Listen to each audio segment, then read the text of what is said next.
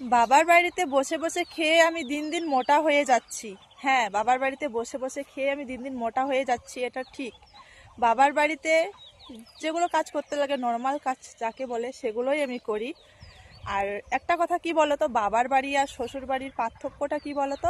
বাবার বাড়িতে যদি তুমি কোনো কাজ না করো, মা বোকা দিবে। একটু পরেই তুমিও যেমন তোমার মাকে ডাকবে, আর তোমার মাও তোমাকে ডাকবে। মা রান্না করবে, রাগ হলেও রান্না করবে, তখন তাও তোমাকে ডাকবে যে আয় খেয়ে যা।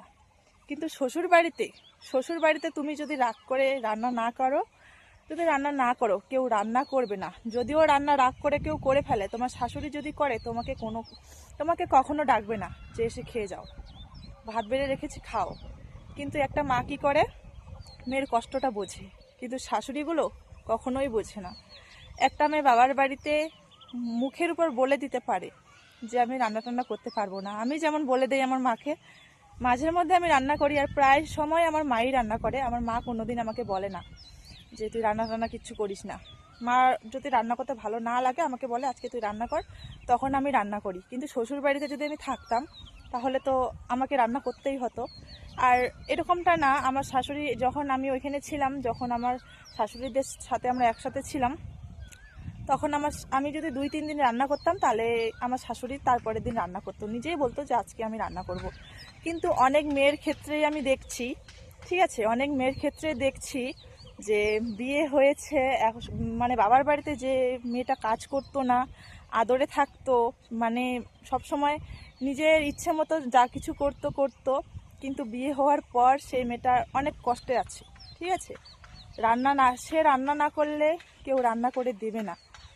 খাওয়ার কথা তো বাদই দাও, পিঁপড়া, খাওয়ার কথা তো বাদই দাও যে কেউ রান্না করে ডাকবে। সে রান্না না করলে কেউ রান্না করে দেবে না। তখন বৌমার উপর মানে রাগটা থাকবে যে রান্না টান্না কিচ্ছু করেনি।